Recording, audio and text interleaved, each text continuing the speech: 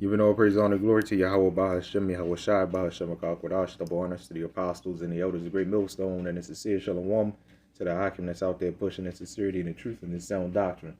First and foremost, I want to say, Thawadi Yahawah, BAHASHAM, YAHAWASHI, for giving me and a fellow hakim the opportunity to do these lessons in these videos, the opportunity to go out there on the highways and on the hedges, all to edify and warn the nations of Israel, which are the so-called Negroes, the Latinos, and Native Americans, the 12 tribes of Israel, the ones, the laws, statutes, and commandments, as well as the promises were given to. All right, shalom. So this is a real quick video. Again, when it comes to videos like this, as I always say, is not very much to say on them, because we, through the spirit and power of Lord Yahawah, BAHASHAM, YAHAWASHI, we have told you, we told you what the deal is. You get it or you don't, okay? Public health emergency declared over monkeypox outbreak.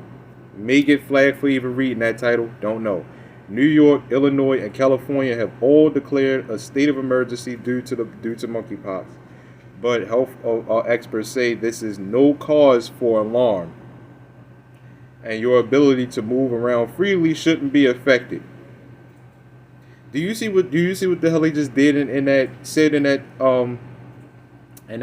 just that sentence and that little sentence, right? Let me read that again. New York, Illinois, and California, which that's usually how it all starts off. Either New York or California first, and then certain other places start off. That's how you know the shit is all set up. Every time somebody declares a state of emergency, it's always either California first, somewhere in California first, or New York first. One of those two, right? And then that's when, you know, it happens all over.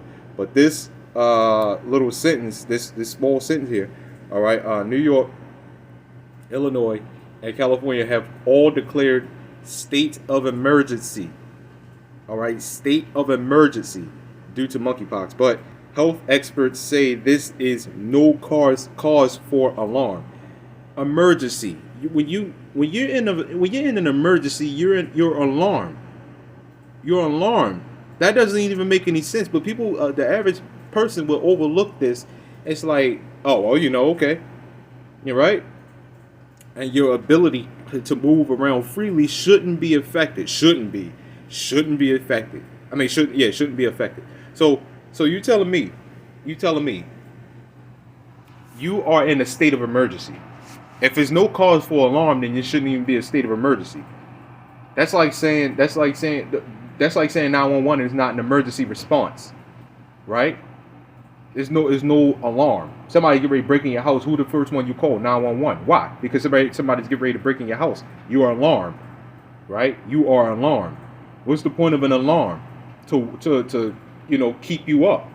So pretty much what they're saying is stay asleep. Don't worry about it. Don't even worry about it, right? And this is the same thing they did with the C virus, right? Remember, all these different strains and variants coming out, and yet they opening shit back up, right? Yet they're still opening shit back up. They say you could go here, you could go there, and stuff like that, right? It says, and your ability to move around shouldn't be affected. That's crazy. So, again, you're in a state of emergency due to an outbreak, but you're still able to move around freely. Meaning you can still go to these great big concerts, you can still go to movie theaters and all these gatherings where a whole bunch of people are. No problem, no issue at all. Does that make any sense at all? So that really wasn't the point of this. This was actually my first time even reading that right there. The point of this video is, no matter what you try to do, no matter how much you try to fight it, when the Lord sends something, He sends it. All right. This is going to more than likely cause another. This is more than likely cause another shutdown to happen. And the Lord is the one that requires these shutdowns to happen. Okay. Let's get 2nd Ezra chapter 16 verse 1. Woe be unto thee, Babylon and Asia. Woe be unto thee, Egypt and Syria. Gird up yourselves with cloths of sack and hair. Bewail your children and be sorry, for your destruction is at hand. A sword is sent upon you, and who may turn it back? Right, a sword is what? An instrument of destruction. A sword is sent upon you, and who's going to be able to turn it back? Meaning, who's going to be there to reverse what the hell the Lord sent? All right. It says a fire is sent among you. All right, and who may quench it? All right. Plagues. Here's the main point here. Plagues are sent unto you, and what is he that may drive them away? Okay. So, what is he that may drive them away? Right. There's another scripture. I might even try to find it. Give me a second here. Okay. This is the book of Isaiah, chapter 55, verse 11.